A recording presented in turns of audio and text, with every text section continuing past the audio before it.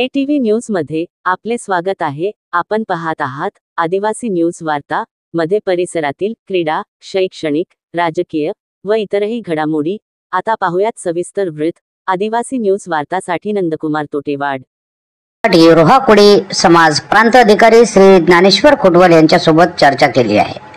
गुरुवार दिनांक 30/10/2025 रोजी ठीक 11:30 वाजता रोहा प्रांत अधिकारी यांच्या कार्यालयात अनुसूचित जाती व अनुसूचित जमाती आदेश दुरुस्ती नियम 1976 नंबर 108/1976 नुसार महाराष्ट्रातील अनुसूचित जमाती यादी क्रमांक 28 वर कोळी ही अनुसूचित जातीमध्ये आहे।